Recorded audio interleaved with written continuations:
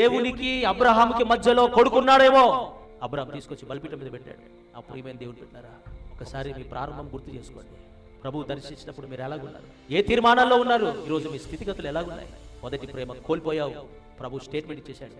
మరి ఏం చేయాలి ఇప్పుడు? పశ్చాత్తాపడి మొదటి ప్రేమలోనికే రావాలి. వేరే ఒక అవకాశం ఏది లేదు, ఒకటే అవకాశం. ఎంగిలి ప్రేమ వద్దు ప్రభుకి. అందరికీ పంచినాక కొద్దిగా మిగిలితే వద్దు. పరిశుద్ధ ఆత్మ దేవుడు చాలా విషయాలు స్పష్టంగా రాశాడు. ఈ రోజు దేవుడు మన సంఘంతో మాట్లాడుతున్నాడు. యవ్వన కాలములో నువ్వు చదువుతున్నప్పుడు, నీకు వివాహం కానప్పుడు, ఉద్యోగం లేనప్పుడు, నీ జీవితం అస్తవ్యస్తం ఉన్నప్పుడు, నీ యవ్వన కాలంలో నీవు చూపిన అనురాగమును ఇప్పుడుందా? రాత్రి పగలు వేరే ధ్యాస లేదు. నా ప్రభువు, నా పరిచర్య, నా దైవజనుడు. ఏమైంది ఇప్పుడు? మొదటి ప్రేమ నీవు కోల్పోయావు. నువ్వు ఎక్కడ వదిలితివో, డబ్బు దగ్గర ఎక్కడ వదిలిపెట్టావు? అవి వదిలిపెట్టి మొదటి ప్రేమలోనికి వచ్చి మొదటి క్రియలు నీవు చేయాలి.